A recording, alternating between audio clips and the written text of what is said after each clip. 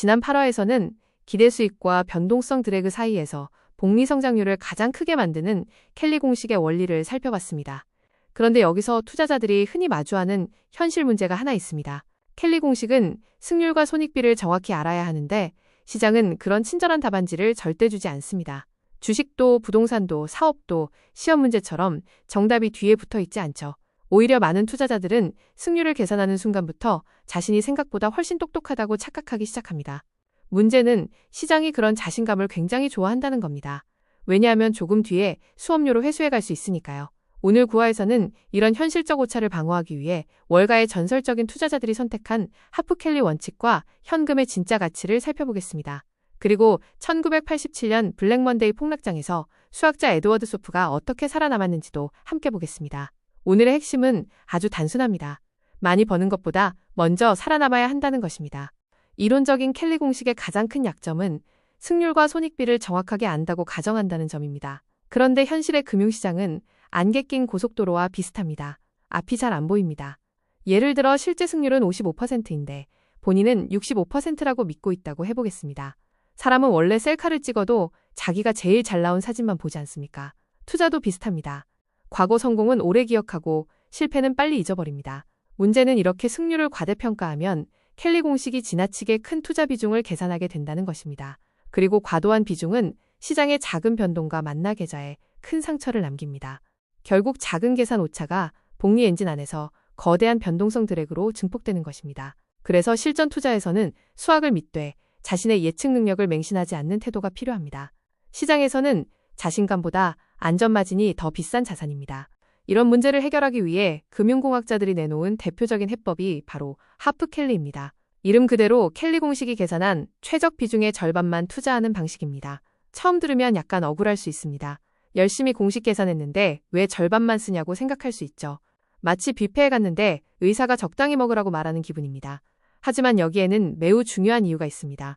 하프켈리를 적용하면 이론적으로 가능한 최대 복리 성장률의 약 75%는 확보하면서도 계좌가 겪는 변동성과 최대 낙폭은 절반 수준으로 줄어듭니다. 다시 말해 약간 느리게 가는 대신 훨씬 안전하게 가는 것입니다.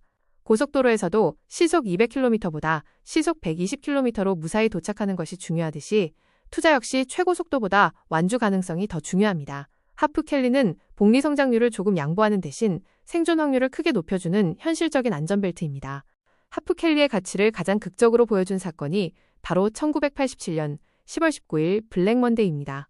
당시 S&P 500 지수는 단 하루 만에 22.6% 폭락했습니다. 투자자들 입장에서는 알람이 아니라 심장 충격기 버튼을 눌러야 할 정도의 하루였습니다. 수많은 헤지펀드와 레버리지 투자자들이 그날 시장에서 퇴출됐습니다. 그런데 켈리 이론을 금융시장에 적용했던 수학자 에드워드 소프는 달랐습니다. 그는 시장이 항상 자신의 계산대로 움직일 것이라고 믿지 않았습니다. 대신 변동성을 과소평가하지 않았고 보수적인 하프켈리 원칙을 유지하고 있었습니다. 그래서 시장이 무너지는 순간에도 계좌가 무너지지 않았습니다. 다른 사람들이 시장 밖으로 밀려날 때 그는 계속 경기장 안에 남아 있었고 이후 이어진 복리 성장의 혜택을 누릴 수 있었습니다. 이 사례가 보여주는 교훈은 간단합니다. 투자의 승자는 가장 많이 번 사람이 아니라 끝까지 살아남은 사람일 때가 많다는 것입니다. 하프켈리 철학은 현금의 의미도 완전히 바꿔놓습니다. 대부분의 투자자는 현금을 보면 불안합니다. 계좌에 현금이 있으면 왠지 놀고 있는 돈처럼 느껴집니다. 마치 냉장고에 치킨이 남아있으면 먹지 않고 두는 것이 손해처럼 느껴지는 것과 비슷합니다. 그런데 켈리 관점에서 현금은 게으른 돈이 아닙니다. 현금은 생존 장비입니다. 현금은 변동성이 0인 자산이기 때문에 포트폴리오 전체의 분산을 낮춰줍니다. 다시 말해 변동성 드래그 세금을 줄여주는 역할을 합니다. 또한 갑작스러운 폭락장이 발생했을 때 계좌가 파산선으로 향하는 것을 막아줍니다.